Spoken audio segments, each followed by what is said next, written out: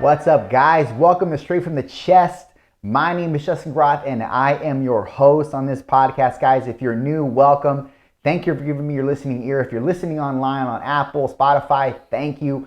I really appreciate your listening ear, guys. If you've been listening for any length of time, then obviously you already know I appreciate you as well.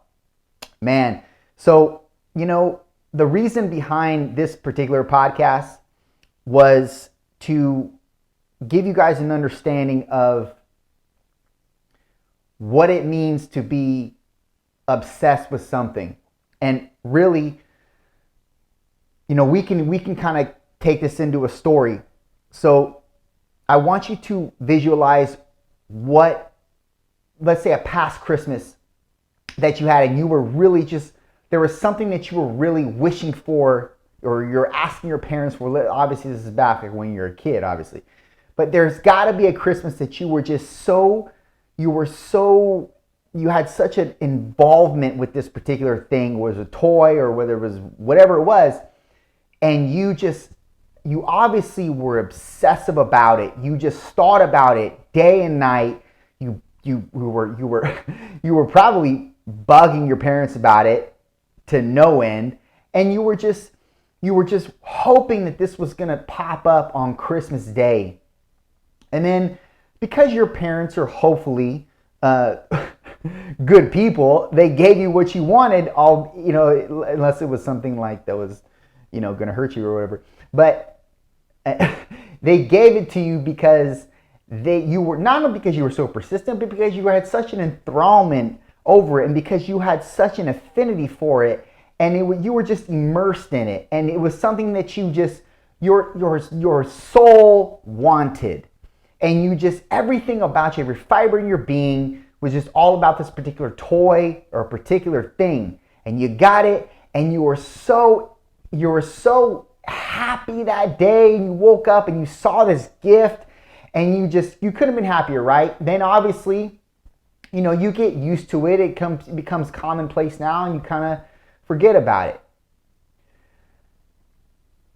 The difference with that and your actual purpose in life is that purpose never goes away. That red curtain, once it's unveiled, it never stops being something that you chase. And but the actual act in the beginning and where your conscious is, that doesn't change. You were obsessed. You were enthralled with something. You have every fiber in your being from sun up to sundown is thinking about this particular thing. You become borderline possessed with what you are thinking about and what you want. That is something that if you don't have, you need to grab that. There needs to be something in your life that you're obsessed, borderline possessed about, that you think about sun up to sundown, that you have an enthrallment over, that you will have an affinity of. And that is something that needs to not ever go away, because that eventually is going to become your possession. Just like the gift on Christmas Day, it eventually became your possession. But because your gift is obviously tangible, and you play with it, and it's done, and it's over with, and you've had your time with it, you get over it. But that's not something that happens with your purpose, because your purpose is consistently renewed. By every single day, you get better at it. You can become more refined at it. You see more doors and more opportunities displaying themselves and opening up for you as a byproduct of you being consistent. And then not to mention the people that you're affecting in the positive light, and gathering what to do with them in terms of how they're going in their life and dispensing value within them. And that's something that never becomes old. It never becomes something that is, well, this is like, okay, I'm done with this in my life. And if it does, if that is you, it's only going to magnify to a different level. It's only going to bring your trajectory to a different level that causes you to be even better. But it started with that seed, the obsessive seed nonetheless, in the beginning. But guys, if that's a seed you don't have, I really urge you, not just encourage you, I really urge you to find that.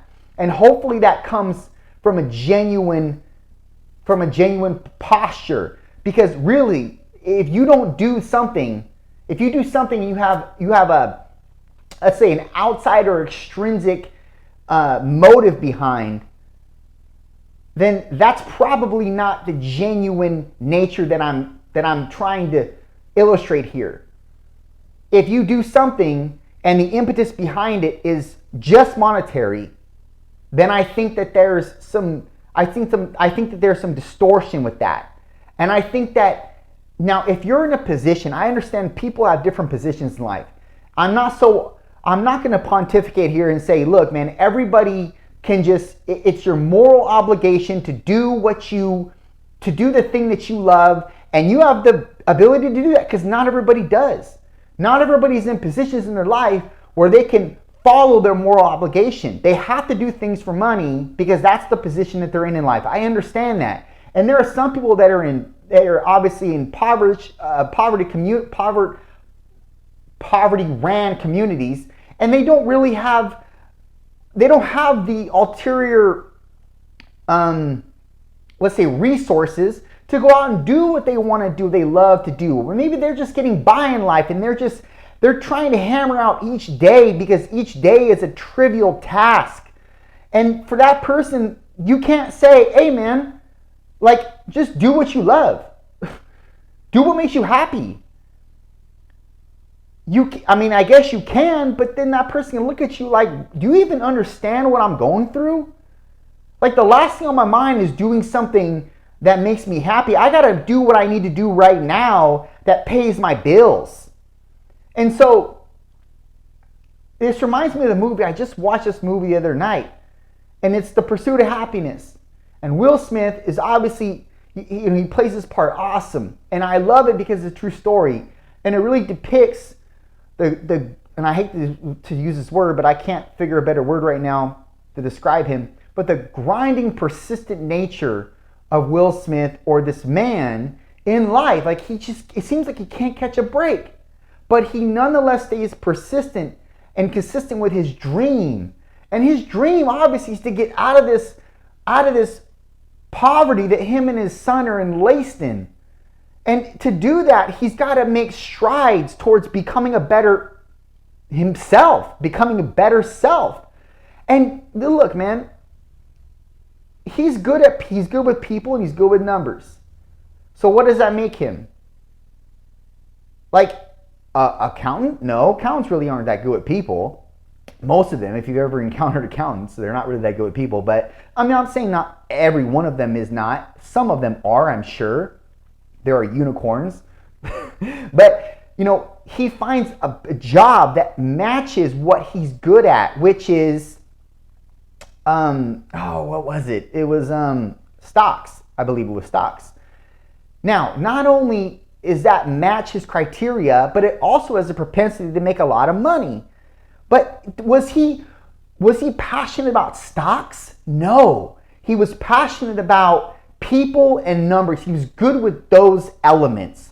So he used those core elements inside of the framework, or under the umbrella, so to speak, of stocks.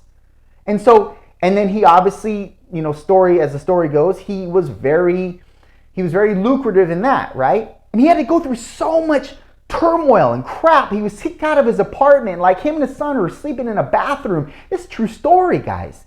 You can't go to that person and say, hey man, just do what you love. That is not applicatory to that person. He can't understand you. That doesn't resonate with that. That doesn't give that person the gasoline they need to fuel their dream.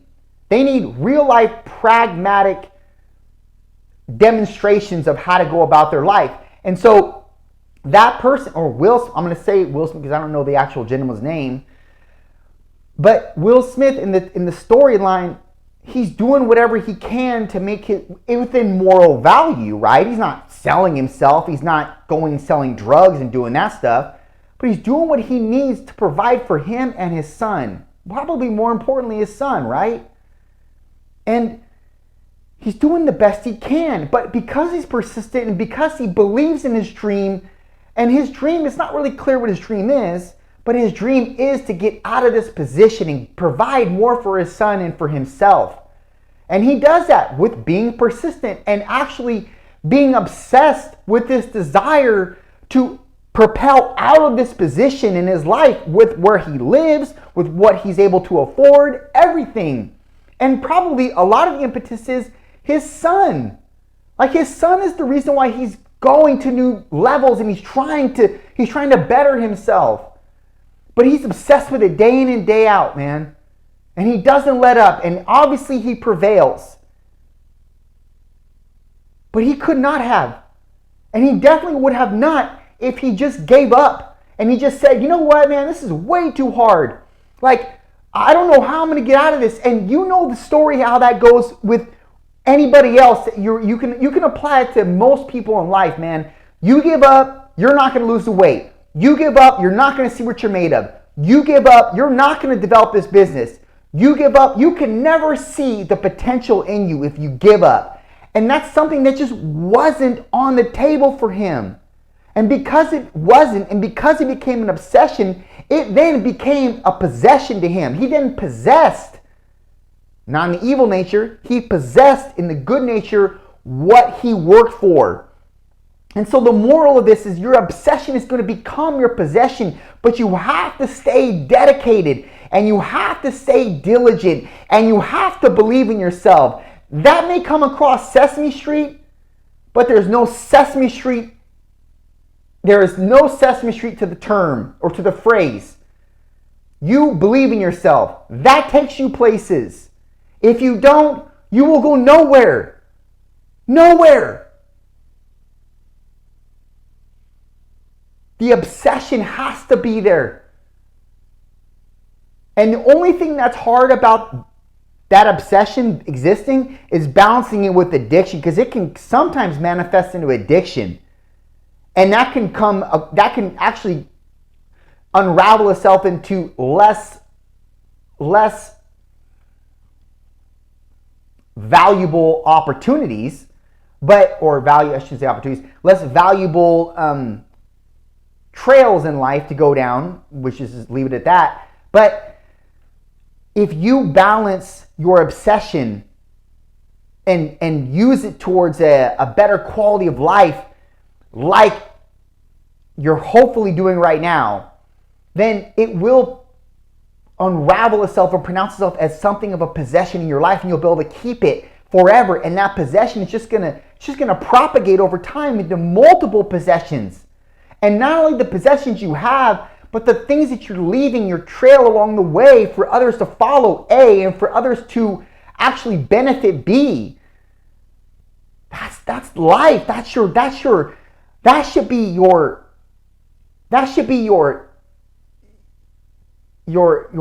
reason for existing every day. If it's not you abounding in your possession every single day, it's your impetus to get up every day to do the thing that is calling you and calling your name and really manifesting of obsession over you with.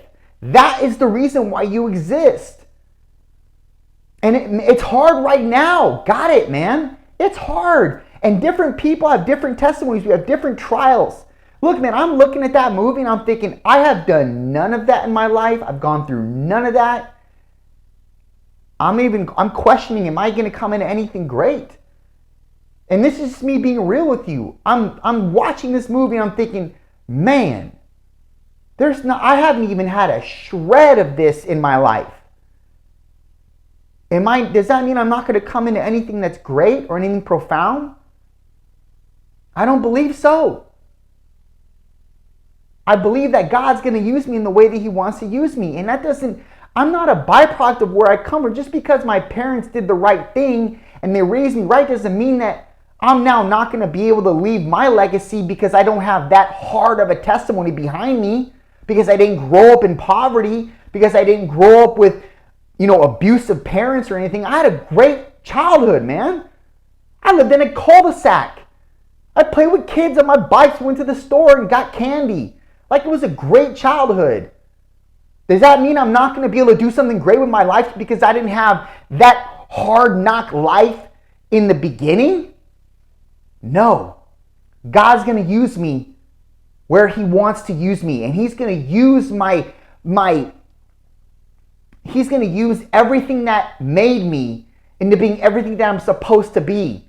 And it's not going to look like Will Smith's, or not Will Smith, but it's not going to look like that character's life.